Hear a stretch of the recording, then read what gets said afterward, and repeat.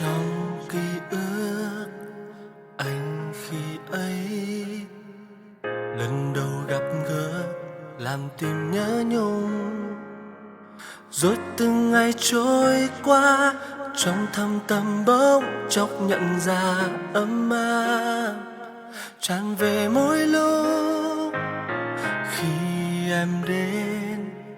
Ngày hôm ấy một người đang đứng gần ngay kế bên, vội cầm bàn tay em lôi đi nhanh trước mặt của anh. Lúc đây mơ dần rồi biến mất, rồi nhiều lần khi anh thấy em cười, nhiều lần nước mắt rơi xuống ướt nhòa, dặn lòng mạnh mẽ đi kế bên và muốn nói đừng buồn một người không nhớ đến ta. Tình yêu như món quà khi có nhau, đừng quên là từng vui khóc cùng nhau, mà cớ sao ta vội muốn cách xa. Tình yêu vỡ tan cứ quay đầu lại, phía sau sẽ mãi đã đang kề cạnh ta lúc đau. Tình yêu sao khác thường, đôi lúc ta thật kiên cường, nhiều người trách mình điên cuồng, cứ lao theo dù không lối ra.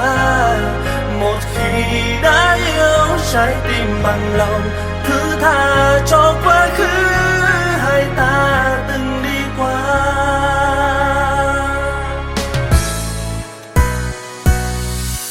Rồi nhiều lần khi anh thấy em cười,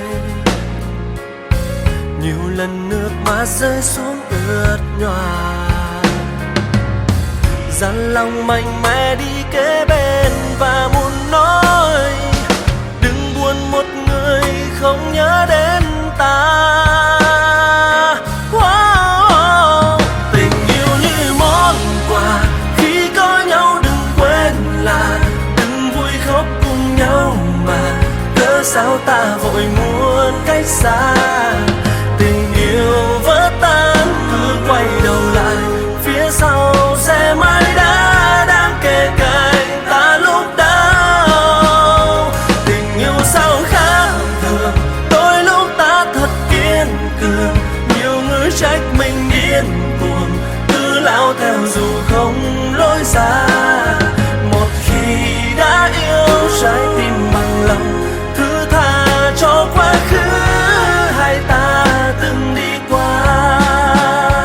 Tình yêu như món quà khi có nhau, đừng quên là từng vui khóc cùng nhau, mà cớ sao ta vội muốn cách xa.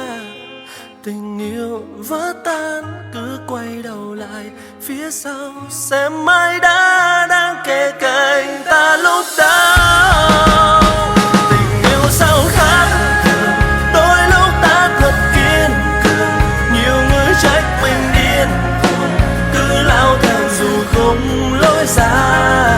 Một khi đã yêu, trái tim bằng lòng thứ tha cho quá khứ hai ta từng đi qua.